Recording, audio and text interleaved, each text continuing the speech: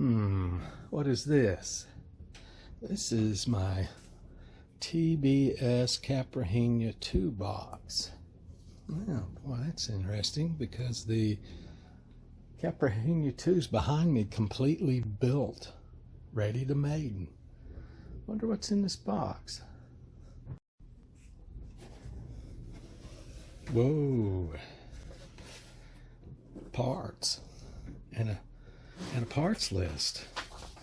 Boy, that parts list says iFlight Titan Chimera 7-inch long range. Whoa.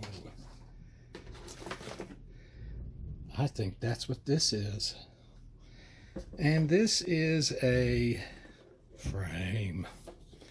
There is nothing here that is already built. New side plates. I guess I'll use these. Everybody says it helps keep the dirt out.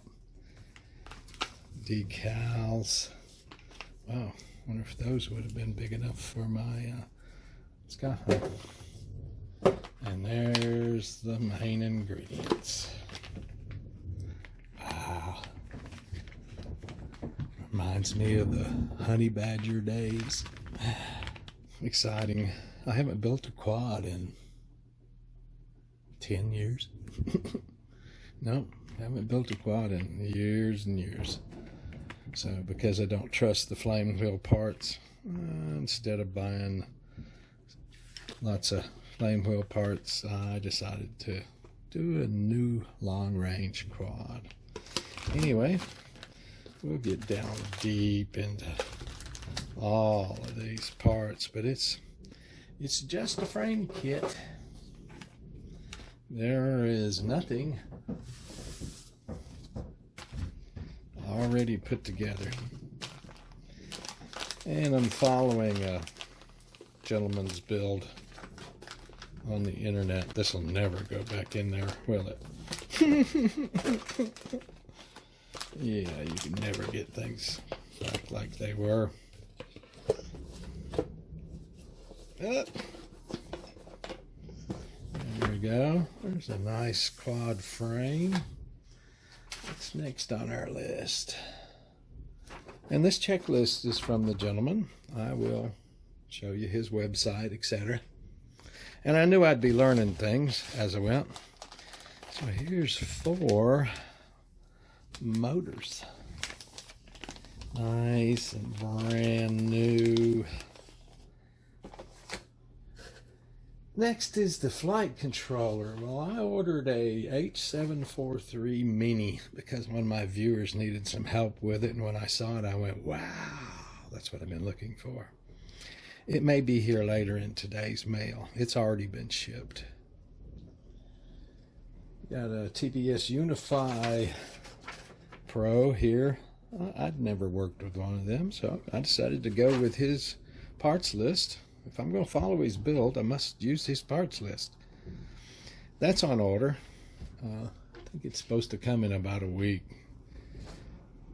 TBS tracer receiver. I'm going to use a Crossfire Nano RX Pro instead, so that takes care of that line, and the dipole antenna down here for the receiver.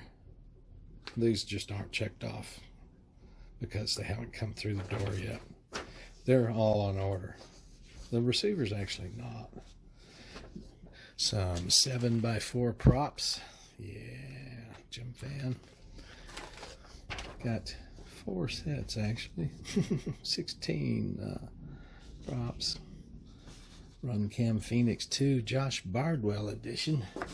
It's right there.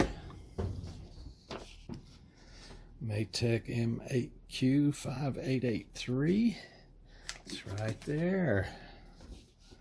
TBS Triumph Pro long range for the TBS Unify. That's on order too. It's been shipped also. That's why it's priced on this list, but not highlighted to say it's received yet. And again, we're not going to do the dipole antenna for the receiver here.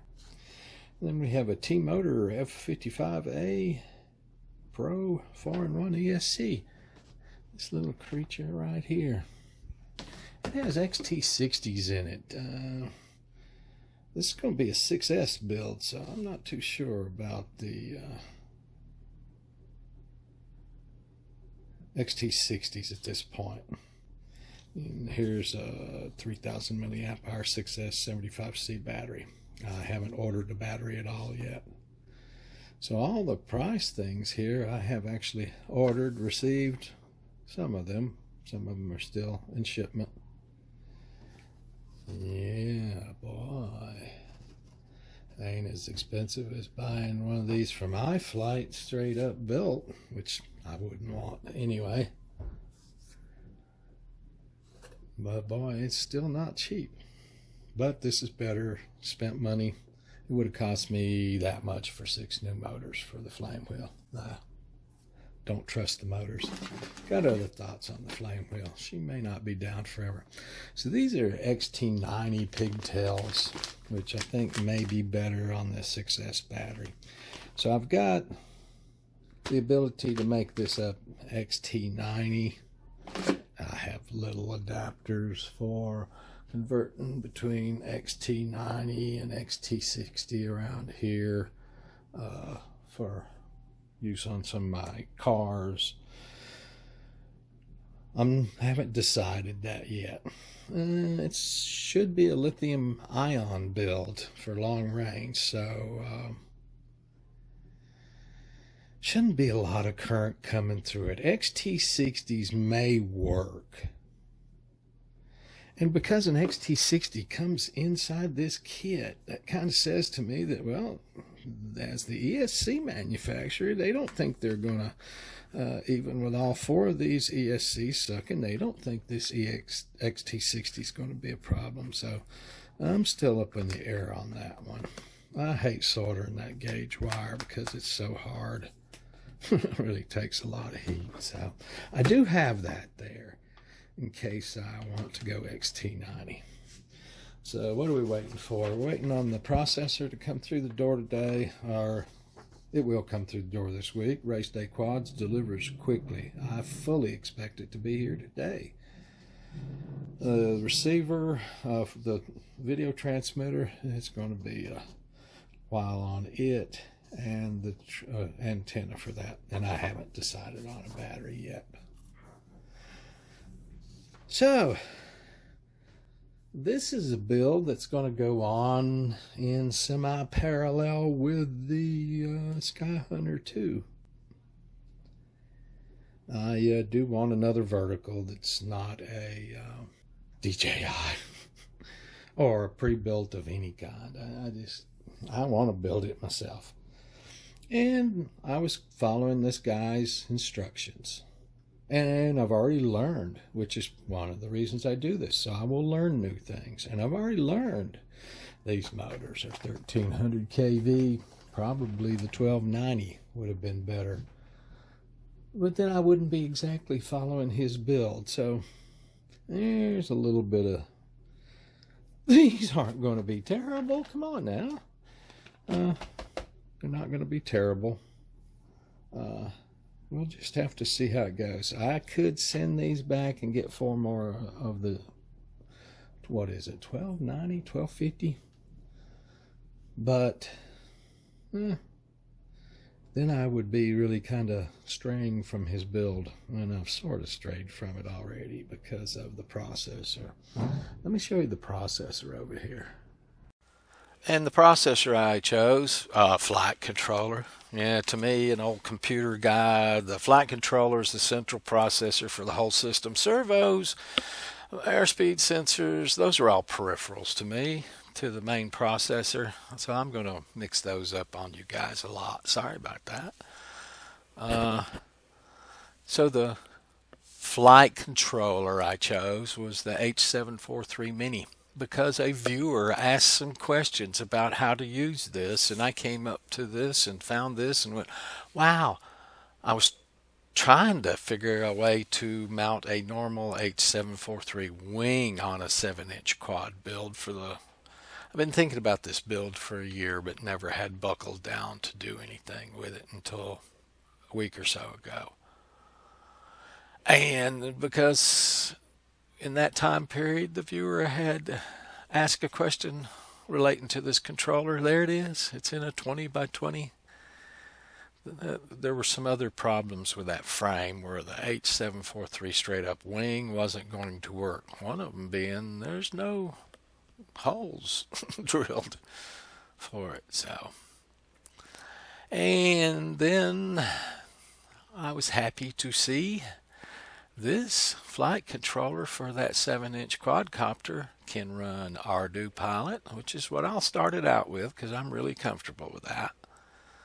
It can run Betaflight. Whoa, don't like Betaflight, but that does let me fly it with Betaflight, which would be fun to play with.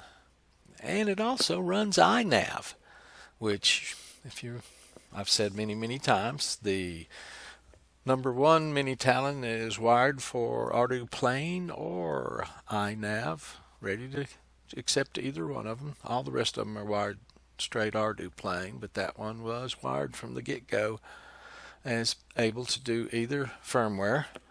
And the flame wheel was always wired to do either because, as I said a year or more ago, I was wanting to branch out into iNav. Still do, still working on that. It isn't coming as quickly as I thought it would, but I'm still on track in my humble opinion. So I was really pleased to find that this was going to work with all three of those firmwares. Ordered it from Race Day Quads. Let me run out real quick and look and see if it's going to arrive today or not. Yeah, those were shipped Thursday, so with the holiday today, yesterday even for the post office. That's why they aren't here. I'm sure they'll come tomorrow. So that will give me everything to start building whenever I want to, for except for the RC receiver and a battery. Not too much to get a hold of. The rest of it's the VTX, and the VTX antenna is on its way in the door along with the flight controller.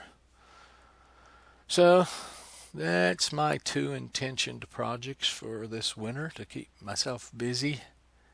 Don't have to have any glue really with the quad, so I think I'm in really good shape for both those builds right now. Alright guys, just wanted to let you know what was in store for future parallel build. Thank you.